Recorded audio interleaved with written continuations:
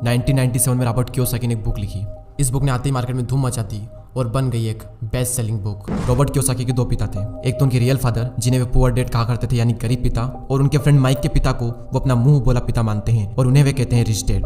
उनके जो real father है वो काफी पढ़े लिखे हैं, वो एक कॉलेज में प्रोफेसर है, लेकिन उनकी पूरी जिंदगी में पैसों को लेकर बहुत ही ज्यादा स्ट्रगल रहा और यही वजह है कि रॉबर्ट उन्हें पुअर डैड कहते हैं। और वहीं दूसरी ओर इनके जो मुंह बोले पिता हैं वो कम पढ़े लिखे हैं, लेकिन फिर भी वो एक बहुत बड़े बिजनेसमैन है और एक कामयाब इंसान है, और इसी वजह से रॉबर्ट उन्हें कहते हैं रिच डैड। रॉबर्ट कियोसाकी अपनी book rich dad poor dad में बताते हैं कि जब वे 9 साल के थे तो स्कूल में दूसरे अमीर बच्चों को देखकर उनके मन में भी अमीर बनने की तमन्ना होती थी, और इसीलिए एक दिन उन्होंने अपने पुअर डैड से पूछा कि अमीर कैसे बना जा सकता है। लेकिन उनके जो रियल फादर थे पुअर डैड, उनके पास इसका कोई जवाब नहीं था, और उन्होंने कहा कि तुम अपने दोस्त माइक के पिता से इसका जवाब पूछो क्योंकि वो तुम्हें इस सवाल का जवाब अच्छी तरह से दे सकते हैं। और फिर रॉबर्ट अपने रिच डैड के पास जाते हैं और उनसे अपना सवाल पूछते हैं, और वहीं से रॉबर्ट की फाइनेंशियल एजुकेशन का एक बहुत ही महत्वपूर्ण सिलसिला शुरू होता है। उनके रिच डैड उन्हें लाइफ के डिफरेंट स्टेजेस पर अमीर बनने के लिए और हमेशा अमीर बने रहने के लिए कुछ इंपॉर्टेंट लेसन बताते हैं, और इसी के साथ इस बुक में वो कई सारी चीजें बताते हैं, जैसे कि पैसों को किस तरह से मेंटेन करना चाहिए, पैसों को काम पर कैसे लगाएं, और ऐसी कौन सी गलतियां हैं जिसकी वजह से गरीब हमेशा गरीब ही रहता है। और इसके अलावा वो बताते हैं कि अगर गरीब इंसान भी इसमें बताई हुई बातों को फॉलो करे तो वो भी जल्दी से अमीर बन सकता है। तो अब हम बात करते हैं उन इंपॉर्टेंट लेसन के बारे में। तो नंबर 1 यहाँ पर आता है कि अमीर लोग कभी भी पैसों के लिए काम नहीं करते। जनरली लोग अमीर बनने के लिए बहुत ही ज़्यादा मेहनत करते हैं। उनकी कोशिश ये होती है कि उन्हें एक ऐसी नौकरी मिल जाए जिससे कि हर महीने उन्हें अच्छी सैलरी मिलती रहे, और नौकरी मिलने के बाद वो पूरी डेडिकेशन और मेहनत के साथ अपनी जॉब पर जाते हैं, और इसी के साथ वो ऐसे ट्रैप में फंस जाते हैं जहाँ से वो कभी निकल ही नहीं पाते। और कई सारे लोग इस तरह से अमीर बनने के लालच में एक रेट रेस का हिस्सा बन जाते हैं। उन्हें पता होता है कि महीने के एंड में सैलरी मिलने वाली है, और इसी वजह से वो लोन पर बड़ा घर लेते हैं, गाड़ी खरीदते हैं, क्रेडिट कार्ड से महंगी महंगी चीजें खरीद लेते हैं और फंस जाते हैं एक ऐसे ट्रैप में जहाँ से निकलना बहुत मुश्किल हो जाता है, क्योंकि आपने जो चीजें लोन पर ली है आपको उनका लोन भी पे करना है, और उस लोन को पे करने के लिए आपको कई सालों तक नौकरी करनी पड़ेगी, और आपकी नौकरी से जो भी अमाउंट आएगा उसमें से मैक्सिमम अमाउंट आपको लोन पे करने में ही चला जाएगा। और इसी तरह से कई सारे लोगों की जिंदगी लोन पे करने में और नौकरी करने में ही निकल जाती है। अब सवाल ये आता है कि पैसों के लिए काम ना करें तो क्या करें। अमीर लोग जो होते हैं वो पैसों के लिए काम नहीं करते, वो कुछ ऐसा करते हैं जिसकी वजह से पैसा उनके लिए काम करता है, और वो क्या ऐसा करते हैं इसका जवाब आपको आने वाले कुछ पॉइंट्स में मिल ही जाएगा। लेसन नंबर 2, लोगों को फाइनेंशियल एजुकेशन सिखाना क्यों जरूरी है।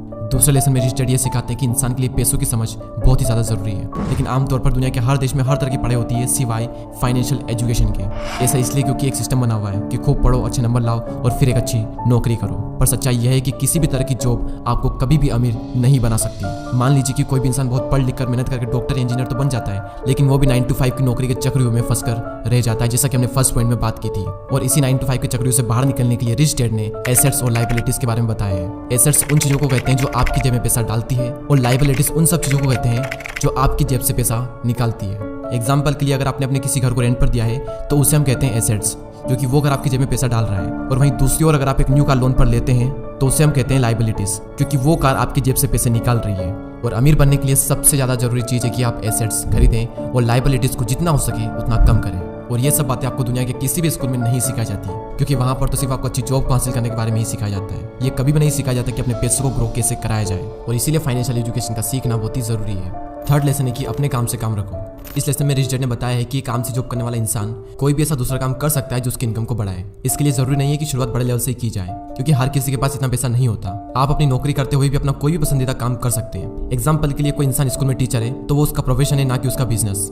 उसका अपना काम वो होगा जो वो खुद शुरू करेगा। एक बार मैकडॉनल्ड के फाउंडर क्रोक MBA के स्टूडेंट की क्लास में स्पीच दे रहे थे। स्पीच के दौरान क्रोक ने वहां पर मौजूद स्टूडेंट से पूछा कि क्या आपको पता है कि मैं क्या बिजनेस करता हूं। तो सभी स्टूडेंट ने यही कहा कि आप हैमबर्गर के बिजनेस में हैं, और ये जवाब सुनकर क्रोक को हंसी आ गई। फिर उन्होंने कहा कि मैं हैमबर्गर के बिजनेस में नहीं हूं, क्योंकि मेरा काम रियल एस्टेट का है। ऐसा इसलिए क्योंकि जब भी कोई मैकडॉनल्ड की फ्रेंचाइजीज खरीदना चाहता है तो फिर उसे उस जमीन की खरीदारी भी करनी पड़ती है। तो वहाँ रियल एस्टेट बिजनेस, और आप खुद देख लो आज पूरे वर्ल्ड में मैकडॉनल्ड रियल एस्टेट का सबसे बड़ा एम्पायर बनकर खड़ा है। तो रिच डैड रॉबर्ट कियोसाकी को सिखाते हैं कि कैसे आज ज्यादातर लोग बाकी सबके लिए तो काम करते हैं लेकिन खुद के लिए नहीं करते। इसलिए इंसान को चाहिए कि अपना फोकस खुद पर भी करें, लेकिन इसका मतलब ये बिल्कुल भी नहीं है कि आप अपनी नौकरी छोड़ दें। वो तो ये कहना चाहते हैं कि आप अपनी नौकरी के साथ साथ आप अपने एसेट वाले पहलू को भी मजबूत करने पर फोकस करें।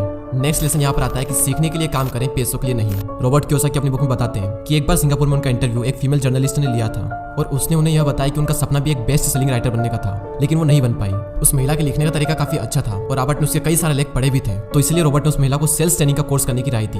लेकिन ये सुनकर वो महिला नाराज हो गई, क्योंकि वो बहुत ज्यादा पढ़ी लिखी थी और उसके पास में इंग्लिश लिटरेचर में मास्टर डिग्री थी, और उसके हिसाब से सेल्स का काम सीखना उसके स्टैंडर्ड का नहीं था। रॉबर्ट कहते हैं कि दुनिया कई सारे पढ़े लिखे स्मार्ट लोगों से भरी हुई है, लेकिन पॉइंट यह है कि पैसा कमाने के लिए सिर्फ टैलेंट की जरूरत नहीं होती। आपको यह पता होना चाहिए कि आप उस टैलेंट को कैसे बुना सकते हो, और जब तक आप ये नहीं जानोगे तब तक आपका सारा टैलेंट बेकार है। और उसी लड़की की तरह कई सारे लोग सीखने के लिए काम नहीं करते। अगर वो महिला सेल्स की ट्रेनिंग सीख ले तो हो सकता है कि वो महिला आने वाले टाइम में बेस्ट सेलिंग राइटर भी बन जाए, लेकिन वो नहीं सीखती है और इसीलिए गरीब हमेशा गरीब ही रहता है और अमीर लोग सीखने के लिए काम करते हैं और सीख करके अमीर और अमीर बन जाता है। रॉबर्ट कियोसाकी बताते हैं कि उनके जो पुअर डैड थे उन्हें हमेशा अपनी नौकरी की चिंता रहती थी, लेकिन उनके जो रिच डैड थे वो सीखने पर ज्यादा जोर देते थे, क्योंकि उनका मानना यह था कि अमीर बनने के लिए जिंदगी में कई सारी चीजें सीखनी पड़ती है। और यही इन दोनों में सबसे बड़ा फर्क था।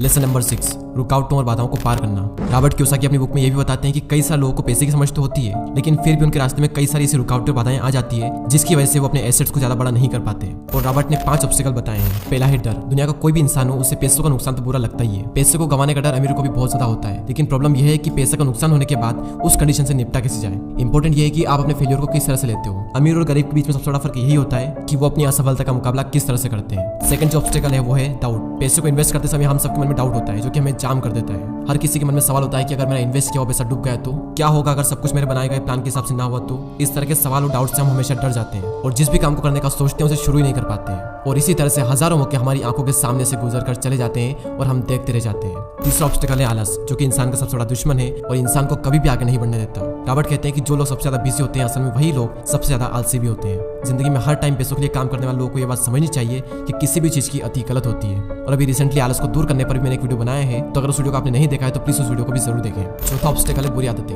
रॉबर्ट कहते हैं कि अगर दो लोगों में कंपैरिजन किया जाए तो उनकी आदतों में बहुत ज्यादा फर्क होता है। साथ ही रॉबर्ट ये कहते हैं कि वो सबसे पहले खुद को पैसे देते हैं और इसी वजह से वो खुद को फाइनेंशियली और इमोशनली ज्यादा मजबूत महसूस करते हैं। उनके कहने का मतलब ये है कि हर महीने जब आपके पास में पैसे आते हैं तो सबसे पहले अपने सेविंग और इन्वेस्टमेंट के पैसों को अलग कर दें और उसके बाद अपने बिल्स वगैरह चुकाएं। तो अगर अमीर बनने की ख्वाहिश आपके मन में है तो ये आदत आपको डालनी ही पड़ेगी, भले ही हर महीने आपके पास कम ही पैसा क्यों ना आए। तो पहले खुद को पे करो और उसके बाद में दूसरे काम करो, और इससे आपके 2 फायदे होंगे। पहला तो आपका पैसा भी बढ़ेगा और दूसरा आपके सामने कमाई के कई सारे अवसर आएंगे और आप उनका फायदा भी उठा सकेंगे। फिफ्थ ऑब्स्टिकल है अहंकार यानी ईगो।